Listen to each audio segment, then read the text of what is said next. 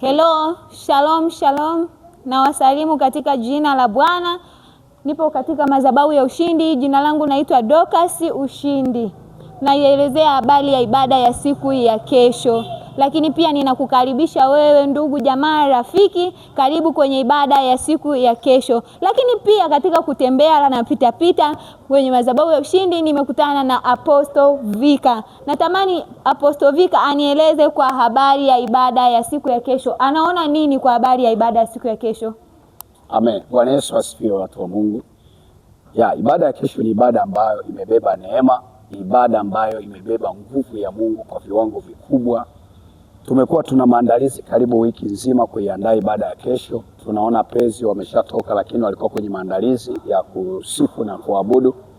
Lakini wachungaji wa vituo, wachungaji wa zoni wamejiandaa, watendakazi wamejiandaa kwa ajili ya ibada ambayo itaongozwa na baba yetu Nabii Ushindi. Ni ibada ambayo imebeba matendo makuu. Ni ibada ambayo watu wengi watafunguliwa, wagonjwa wataponywa, viwete watatembea. Tumeshuhudia mambo mengi. Wiki iliyopita, ibada iliyopita ilikuwa ni ibada ya pekee sana, na ibada ambayo ilikuwa imebeba neema ya pekee. Kwa hiyo hata ibada ya kesho ni ibada ambayo imebeba vitu vikubwa na vya pekee, na Mungu ataenda kufanya mambo makubwa kwa sababu tumejiandaa kuwahudumia watu wa Mungu.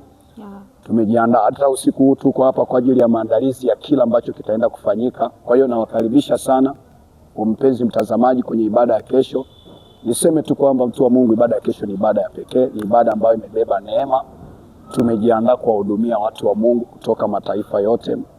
Tuko kwenye mkoa wa Iringa, wilaya Mfindi, Mafinga mjini, ndiko madhabahu ya ushindi nakopatikana. Kwa hiyo itakuwa ni ibada ya pekee na ibada ya baraka sana. Amina. Kama alivyosema Apostle Vika hapa, ninakukaribisha wewe ndugu, jamaa, rafiki, ufike kesho kwenye ibada, upokee uponyaji. Nasema sote kwa pamoja, asante kwa ushirikiano wenu.